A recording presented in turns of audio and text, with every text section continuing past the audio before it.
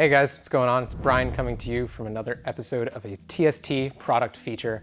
Today I have our long-awaited brake light flasher module here in front of me. I want to talk to you guys a little bit about it, explain what it is, how we developed it, and why it is in existence. So, as the name would imply, this is going to be a small electronic unit that is going to modulate your brake light or give you programmable features on a taillight that would typically not have a programmable brake feature.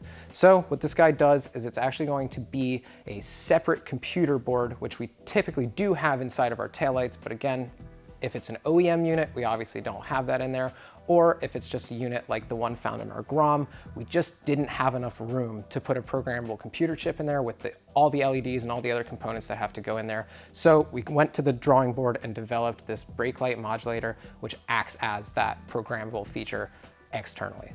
So you're going to have your standard flashing brake, you're going to have a pulsar brake, which will pulse and then stay solid, and then you're gonna have our strobe, which is just flashing all the way through. You do have those 3 modes accessible underneath this cap. As well as that, you can actually adjust the flash rate on any of those modes. Just change the mode, use the little potentiometer in there. I'll show you guys how to do that, and then we can change the flash rate to anything we want. With that being said, this is meant to be a universal product. So we do have, and as you'll see here next to me, a ton of different quote unquote OEM harnesses. These are meant to be plug and play for many, many different bikes, but we know that we can't survey all the bikes and not all bikes have the same connectors, even if they all come from Honda or Yamaha. They're still gonna have different connectors. So we do, on top of that, have this guy here, which is our universal setup. Now, I will touch on how to install this one in a separate video just because it requires a little bit more delicacy and intricacies. You gotta actually get in there and test out which lead is positive and negative before you go ahead and splice anything in there, which is what you'd have to do with our universal.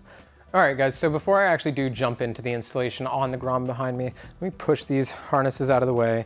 And I do wanna just open this cap up of our brake light modulator here. I'm gonna use a very small Phillips head. There's 2 screws on the top. We're gonna wanna pull these 2 screws out. I just wanna kind of show you guys the inner workings of the brake light modulator, or what you would see if you were to pull this off. So with those 2 screws out, and they do stay retained in the cap unless you flip it over. So I typically like to keep those in the cap, just in their place. They're very small screws, could be lost easily.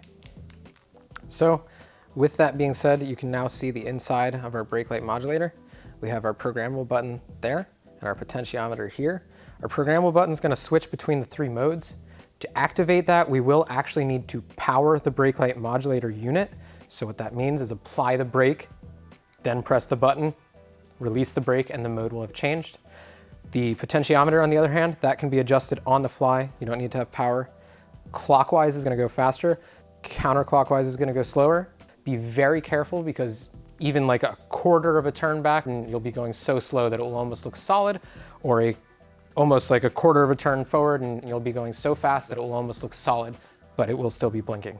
So just be very careful. I would say adjust that as you're applying the brake, test it out, kind of see which you like. But it's pretty straightforward from there. We're just gonna throw the cap back on, make sure that we line our screws up with the screw accepting bosses right there. The cap is keyed, so it will set down on top and kind of sit there for you nicely. Screw these back down, not too tight. Again, we're going into plastic, so you could cross thread that or strip it out pretty easily. You just want it tight. This isn't a structural part. Just a little cap to keep some of the humidity and weather out. All right, guys, so with that being said, I'm gonna go ahead and grab my Grom specific harness right here for our Grom taillight, and let's jump over to the bike. All right, guys, so the first process here is obviously accessing the taillight.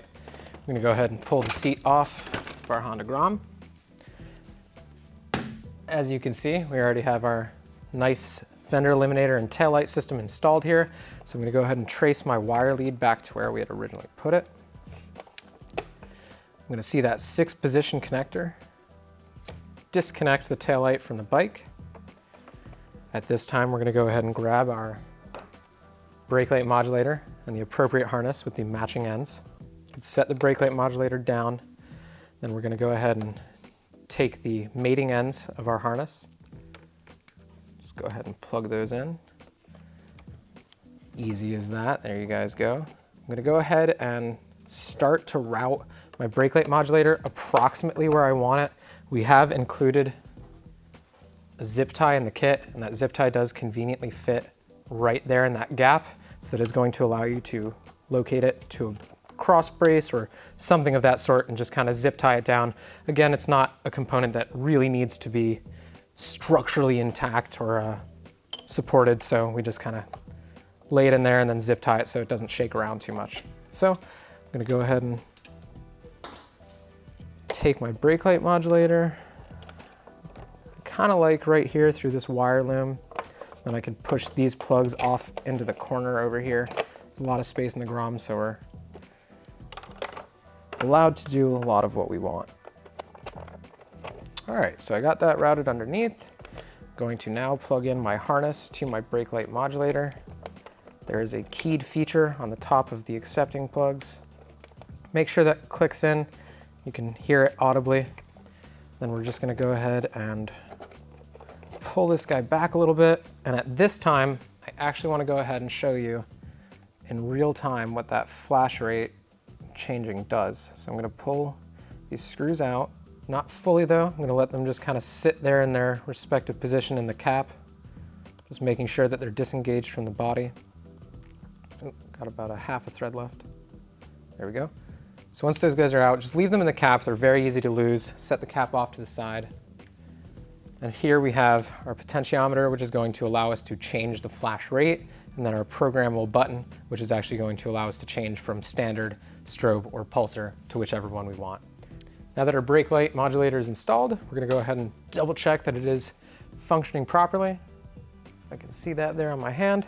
So now I do want to touch a little bit about the functionality and adjustability of this brake light modulator. I did touch on that potentiometer. Now clockwise is going to bring us a little bit faster. I'm going to show you now what a quarter of a turn is going to do. It's going to be very, very fast. Yeah, almost non-existent flash. And now I'm going to go a quarter of a turn back to our original position. A lot slower, you'll see. And then a quarter of a turn counterclockwise, just to show you guys. Very, very slow. So what I'm trying to iterate here is be very careful when you're turning this potentiometer, because you can put it in a position that is either going to look like it is flashing so fast that it's solid, or going to be so slow that it looks solid. So do just be very careful when you're adjusting that. Make sure you're doing it in very, very small increments, checking it as you go. So I do now want to touch about the other programming features here. I do need to mention that because this is a pass-through component, until you activate the brake, you will actually have to activate the brake to get the modes to change. So I'm going to speed this up a little bit just so you guys can see this in real time. Perfect. So once that's stopped, I'm going to go ahead and hit the programming button, and you're going to see that it is on the spot changed to the next programming mode. This mode is just going to continuously flash for as long as you hold down the brake lever. The next mode, our pulsar, will flash, stop, and flash, and stop until you let go of the brake lever. Our third mode, which was the first, is our standard, which is just going to strobe and then stay solid.